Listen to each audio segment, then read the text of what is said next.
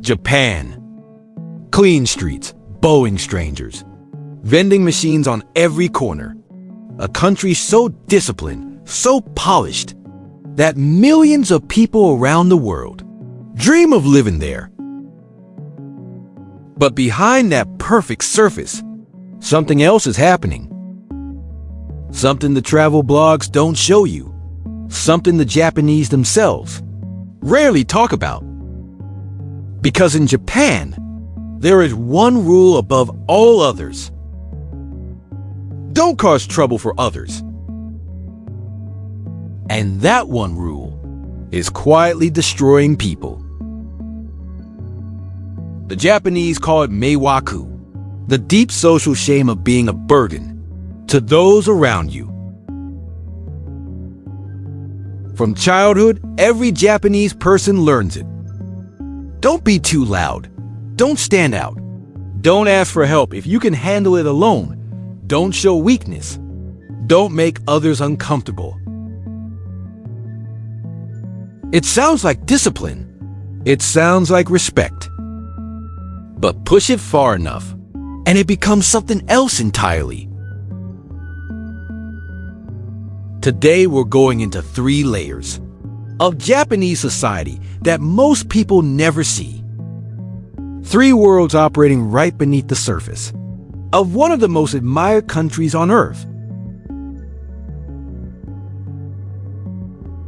It starts when you're a child.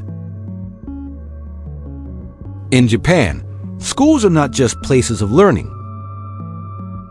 They are the first arena where young people discover an uncomfortable truth. Fit in or suffer.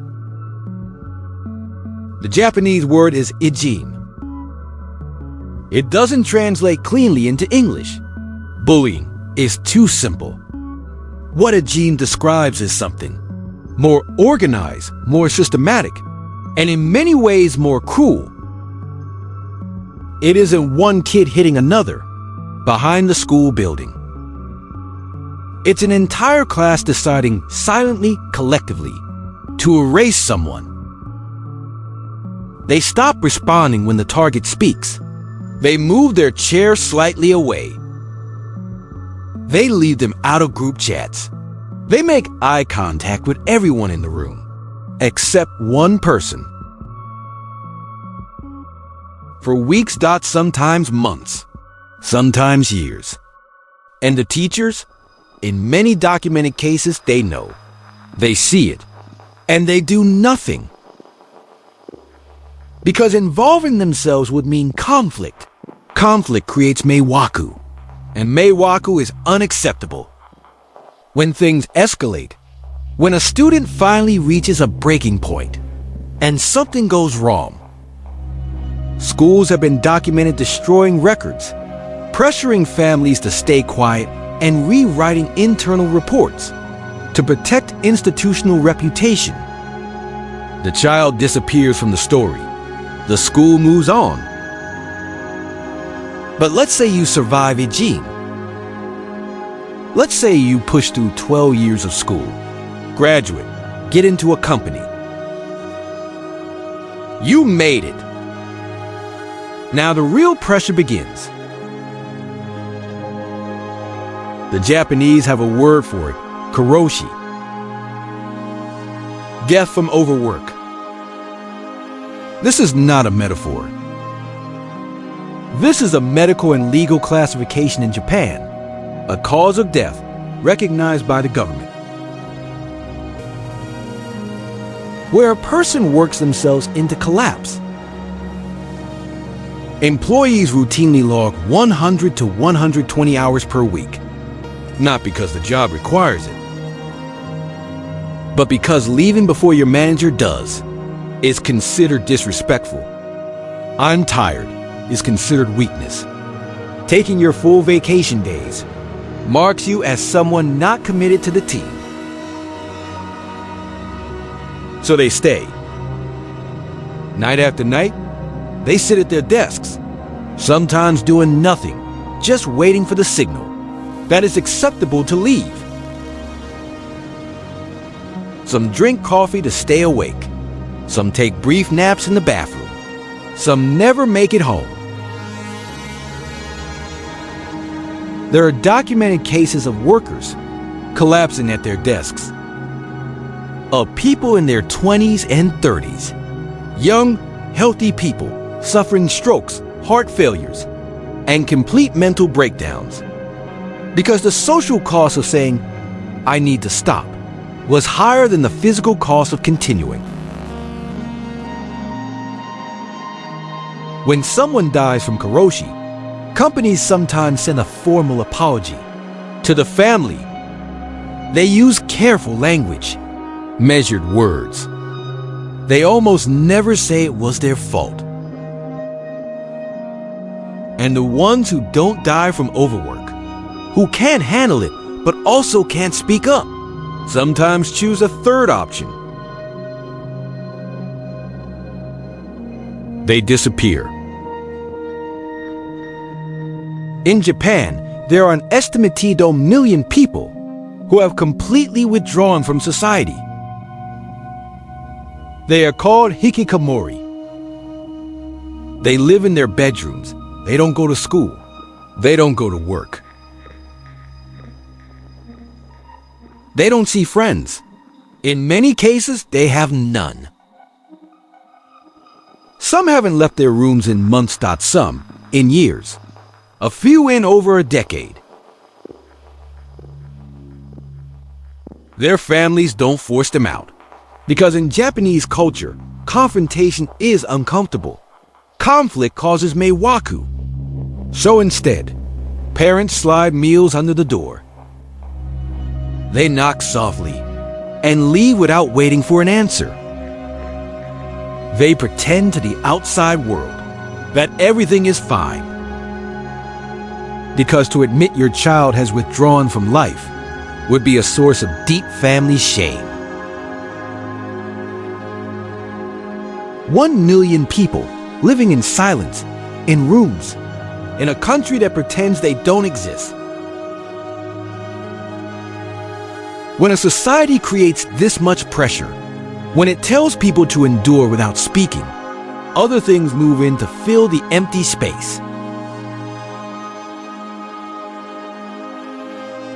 Some of them are organized, some of them are illegal, some of them are both, and somehow, neither.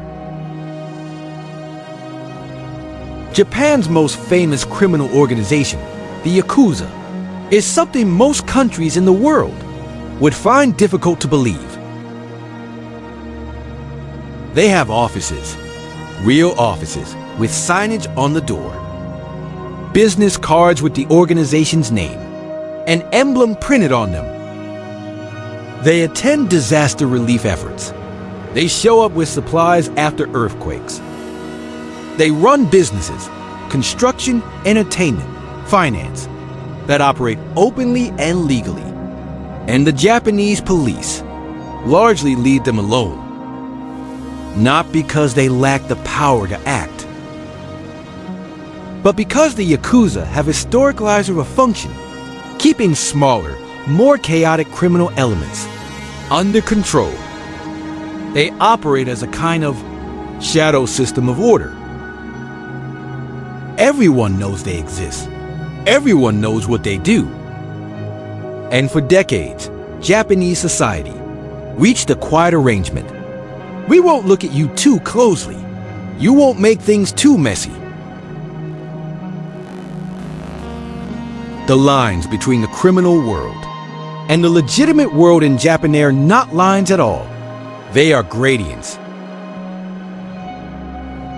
And many people in business, in entertainment, in real estate spend their careers navigating those gradients without ever acknowledging them out loud. On the trains, something else happens. Japan's major cities have some of the most congested rail systems in the world. During rush hour, stations employ workers called pushers, whose literal job is to physically compress passengers into carriages so the doors can close. In that environment, packed bodies, no eye contact, the social rule of silence. A specific kind of misconduct became endemic. Harassment on trains became so common that major rail operators were eventually forced to introduce women-only carriages, not as a comfort upgrade, as a protective measure. Think about that for a moment. The solution to misconduct on public transport in one of the world's wealthiest, most technologically advanced nations was not to stop the misconduct. It was to move the women to a separate space. Because addressing it directly would mean confrontation. It would mean Summian causing a scene in public. It would mean Meiwaku. And so, for years, women were expected to simply endure it or rearrange themselves around it. Japan is also home to an industry that may be the most honest and most troubling reflection of everything we've described so far. Host clubs and hostess clubs. You walk in, you pay. Someone sits with you, pours your drinks, laughs at your stories, leans in when you talk, and makes you feel, for the duration of the evening, like you are the most interesting, most attractive, most valued person in the room.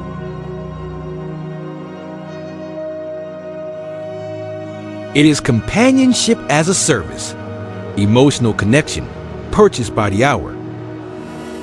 The customers are not who you might expect.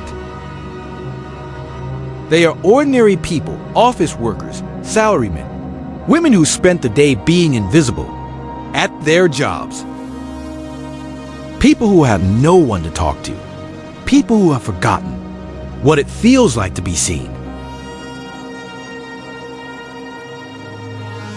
And the industry is designed with extraordinary precision to keep them coming back.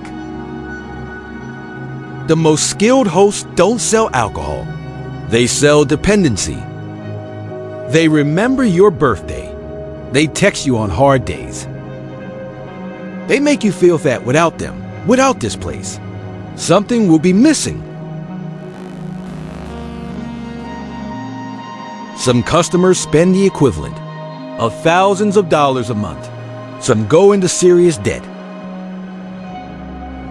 Nobody forces them. Nobody lies to them. Exactly. But the entire system is engineered around a very specific vulnerability, the loneliness produced by a society that spent decades telling people to endure in silence, to never burden others, to perform normalcy at all costs. When you've done that for long enough, when the performance becomes exhausting,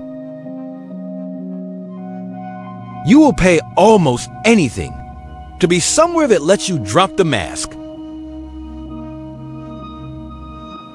And it goes younger. In the 1990s, a phenomenon emerged in Japan called Enjo Kusai, compensated dating. Young women, some in middle school, some in high school, meeting older men in exchange for money, gifts, or designer goods. It existed in a legal gray zone. It was widely reported on. Documentaries were made. Panels discussed it. And Japanese society largely looked away. Because to look directly at it would require asking uncomfortable questions about what it means when young people commodify themselves, about who created the conditions for that, about what was missing in their lives that made this exchange feel acceptable. Those questions caused Meiwaku. So instead, the conversation drifted, and the phenomenon continued. Here's the thing about Japan's dark side that makes it different from other countries' dark sides. Other societies hide their problems. They bury them, deny them, criminalize the people who expose them. Japan does something subtler. Japan normalizes them. Karoshi is not treated as a failure of corporate culture. It is framed as dedication. Ijime is not treated as institutional failure. It is treated as a private matter between children. The Yakuza are not treated as a national crisis. They are treated as a manageable inconvenience. And the host clubs, the Hikikomori, the women-only train carriages, none of these are treated as symptoms of a society under deep structural pressure. They are treated as quirks, as curiosities, as things that simply exist. The Japanese government created a Minister of Loneliness in 2021. They developed companion robots for the elderly. They built apps to simulate human connection. And all of those things are fascinating, and all of them completely miss the point. Because the problem isn't that people are alone. The problem is that a society built an invisible wall between every person. A wall made of politeness, of meiwaku, of the unspoken rule that your pain is your problem. And then acted surprised when people started quietly drowning behind it. Japan is not a broken country. It is a country that built something extraordinary and paid a price. It still refuses to fully acknowledge. The neon lights are real. The trains run on time. The streets are clean. And behind every closed door, somewhere in that perfect city, someone is eating alone, working through the night, or waiting for a knock that never comes.